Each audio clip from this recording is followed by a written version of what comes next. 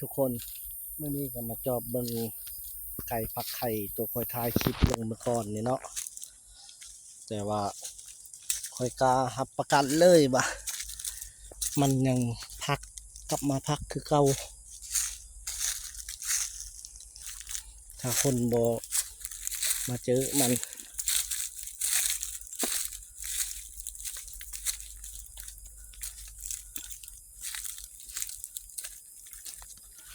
หรือว่ามันเบาะแล้วบ่เล่นอะไรอย่ามันเบาะแล้วบ่จักเนี่ยมาจอบเบิ่ง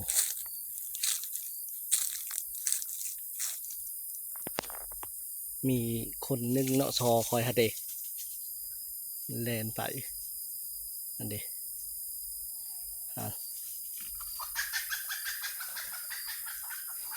มีคนหนึ่งซอคอยว่าโอ้ยมันกลับมาเจาะไข่นี่ไข่มัน6 หน่วยคันเฮาบ่ไปบ่ายคันเฮาบ่ไปบ่ายไข่มันจะบ่มันจะบ่เจาะหรือบ่ปะสำหรับคอยอันนั้นแต่ละเทื่อนะรับคอยเจอแต่ละเทื่อคันเฮาบ่บ่ายคันในกรณีเฮาไปจับไปบ่ายนี่แม่นมันปะเนาะคันเฮาไปจับไปบ่ายถือว่ามันปะมันจะบ่มาพักอีกเราว่า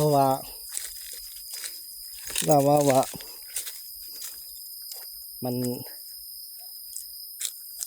บ่มาแล้วเราเบาแต่ค่อยจะเม้นบอกเล่าแล้วค่อยกล้ารับประกันเพราะว่าประสบการณ์ค่อยมันหลายแล้วกว่ามันเจอไก่ไข่ท่านในกรณีเฮาเอาไปบ่ายไปจับไปบ่ายที่ถือว่ามันปะ1,000,000%เลยมันปะกันเฮาไปเบิ่งซื่อๆแบบ